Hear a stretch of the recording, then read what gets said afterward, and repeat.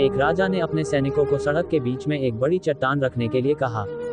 चट्टान को बीच सड़क में रखवाकर राजा ने अपने सैनिकों से छुपकर उस चट्टान पर नजर रखने के लिए कहा कि देखना उस चट्टान को रास्ते से कौन हटाता है। लोग उस जगह पर आते रहे और जाते रहे, लेकिन किसी ने भी उस चट्टान को रास्ते से हटाने की कोशिश नहीं की। उस चट्टान के पास से लोगों के गुजरने वालों में राजा के कुछ करीबी लोग और शहर के बड़े व्यापारी भी शामिल थे, और उनमें से कुछ लोग तो राजा को ही कोसने लगते कि क्या राजा इस चट्टान को भी रास्ते से नहीं हटवा सकता।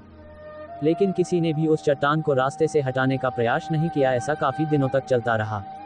एक दिन एक किसान अपनी सब्जियों के साथ उधर से गुजर रहा था। उसने चट्टान को रास्ते में पड़े देखा और सोचा कि सबको इस चट्टान की वजह से कितनी तकलीफ हो रही है। उसने अपनी मजबूत लाठी से उस चट्टान को एक तरफ धकेलने की कोशिश शुरू कर दी। काफी कोशिश के बाद वह उसे सड़क से हटाने में कामयाब हो गया।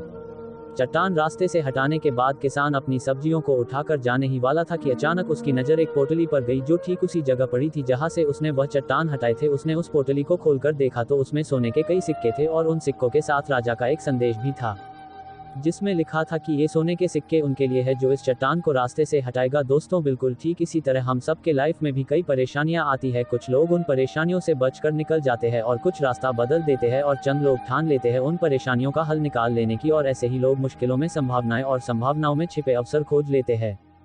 मजबूत इरादे और नेक दिल के साथ किए गए कोशिशों के परिणाम हमेशा ही अच्छे आते हैं। इसीलिए जीवन के परेशानियों से घबराओ मत, बल्कि उन परेशानियों को हल करने की कोशिश करते हुए जीवन सफर में आगे बढ़ते रहो। मेहनत करने वाला का कभी हार नहीं होता है। कहानी अच्छा लगा तो चैनल को सब्सक्राइब कर दे।